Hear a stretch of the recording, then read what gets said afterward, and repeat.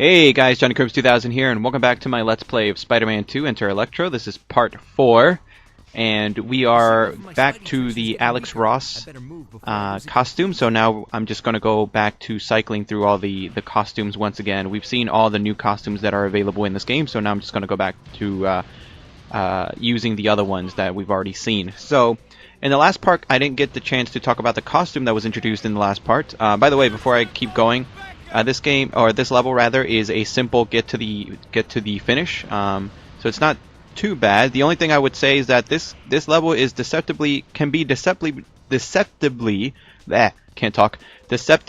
difficult to complete because the distance between the buildings is so large in some areas, and I actually ended up falling to my death a lot of times. So I don't know which try this was, but just be careful with that.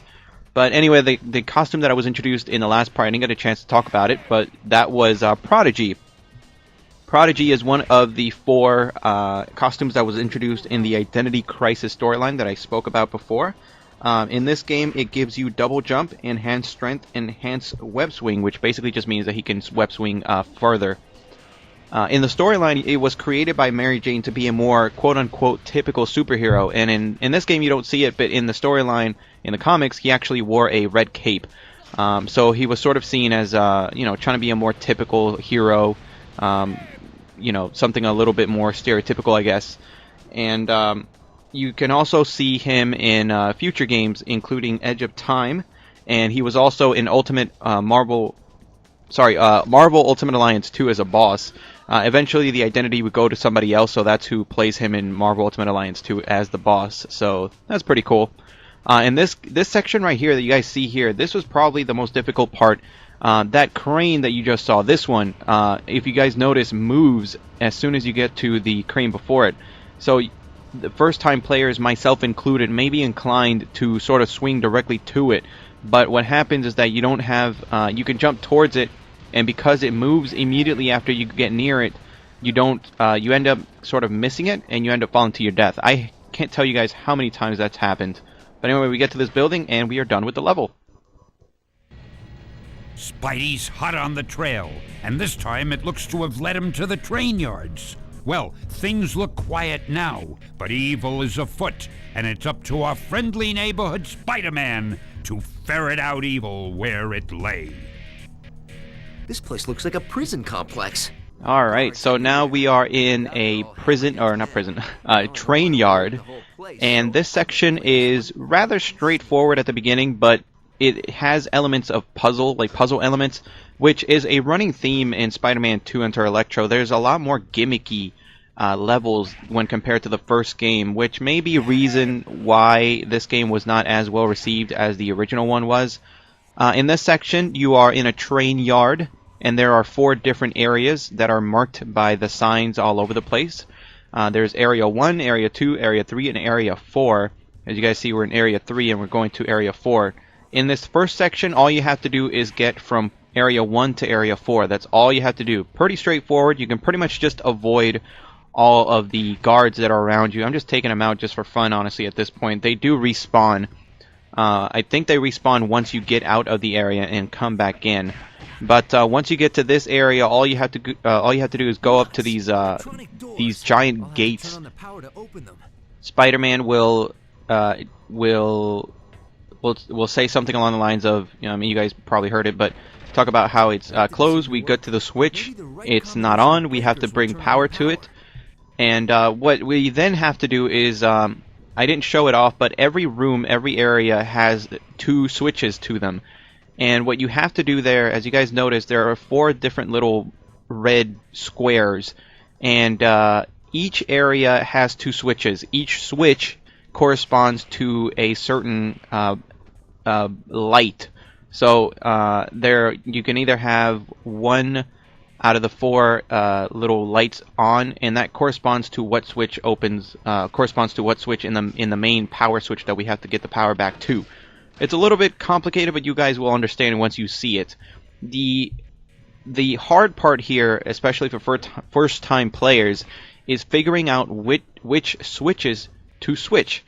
But if you just follow, so right now, right there, you guys saw right there, the first of the 4 lights was on. So now the first light out of the 4 in the main power switch area is on. So now we have to find a way to get the switches 2, switches 3, and switches 4 on. The tricky part about it, and what will probably make first-time players annoyed, is that if there is a switch, a light on, that's already on, and you turn on another switch that corresponds to it, you turn it off. So it gets a little bit tricky. But if you just go back to area 1, you press the left side switch, and then you go to area 3 like I'm doing here, and you press both switches, you should do fine. But I mean, that's how I've always remembered it. Just remember 1 left, and then 3 both. That's how I always remember. That's just like my little way of remembering which switches to turn on and stuff like that. You can turn them on and off, but again, it gets really, really messy. And this level can drag on because you have to go back to all these rooms. And again, the you know, guards right here, they respawn all the time. So you really have to watch out. I wouldn't even bother. Just do what I do if you're kind of following along with this game. But once you get all of them, just turn the switch on, and that'll be the end of this level. Ow!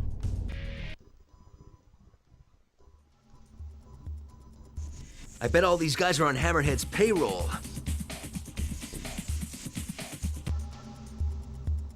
Wonder if Hammerhead provides his goons with medical and dental.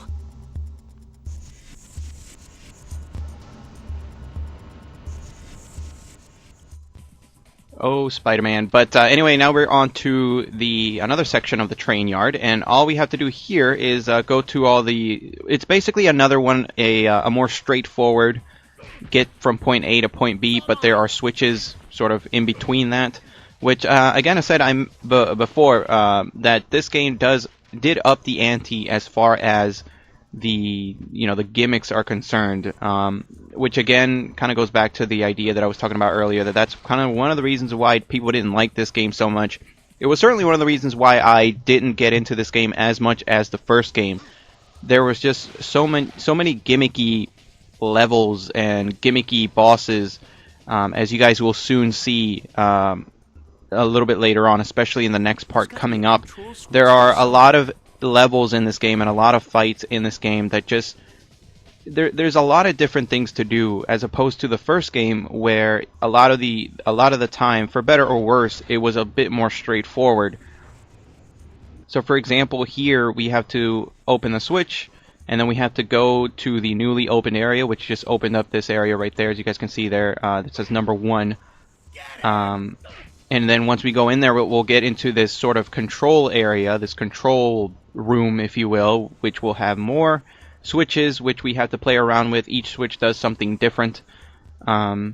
Which, again, if you're playing this for the first time, but I mean, I'll show them all because I don't have anything else to do, just to show off sort of what a first-time player might do, given a situation. But we have in this instance, we have, I think, 3 switches. I don't know if all of them are going to be, or I can't remember rather, if all of them will be able to mess around with. So if you open, we close door 3, we close that door, number 3. I don't really remember if there's anything in that room or not. I want to say a comic book or something may have been in there, an item or something like that, but we don't really bother with it. Door 2, we open that door, which is the door that we have to go into. And then if we open door 1, as you guys will soon see, we pull the switch, and nothing happens. So that one's just sort of like a, like a dud. It doesn't really do anything. But really all you have to do is go back out of the control room. If we turned right there, that was the door that that didn't work. And we're gonna get some items here. I'm always using the web.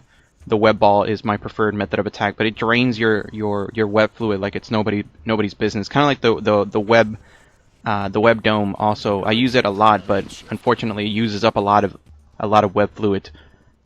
But this is the door that we opened, and once we go in there, the train leaves, which is going into number 7, and the number 7 gate closes. Now we have to go and find a way to open gate 7. Or number 7 rather, and that sort of becomes our next objective, is try to find a way to open gate 7 so we can go after the train, which is our objective. We're trying to go after the train. So in this area there's really not much else to do. There's a lot of doors, but most of them are closed. The only other one that's opened is the door that we just came in, or we can go into this door, which leads to another outside area with a big crane there. Have you guys ever noticed that cranes, especially in cities, kind of just appear out of nowhere? You know, like those big cranes, like those big towering cranes. That just reminded me, you know, there's a crane right there, and it just reminded me that they really just come out of nowhere. I was in my city, driving around the downtown area, and I just realized that there was a crane there, and I was kind of reminded, you know, because Spider-Man games tend to have lots of cranes because there's, you know, most of the time they're modeled after New York City. So I'm just wondering, like, how do they get them there? You know, it's like you go on your morning commute to work or to school or something like that, going to classes, and then all of a sudden there's a big ass crane there. There's the train. So anyway, number 7, you just open up the switch there to open door 7, and you should be fine. But I'm just going to show you guys what happens when you get the other switches. If you get the number 5 switch, it closes that door, and if you open door number 6, it opens that door. Essentially, what happens is if you close door 5, that's essentially the door that you came from. So if you close it, you automatically have to open gates door 6. Which unfortunately releases some of these thugs, which really isn't that bad. As you guys will see here, we'll just jump on top of this crane here. And normally you're expected to kind of walk through all these guards, but I say screw that, and I just swing over here. All you have to do is take out this guard, and then one other guard right there, which I just take him out with the web ball. And then that should be fine. You turn to your left. There we go. And then there's number 7, and that's it. So I'll see you guys in part 5.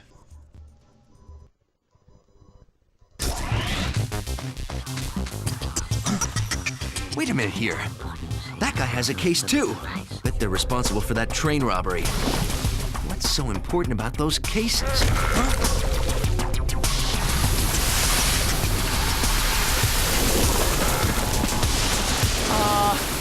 Mother...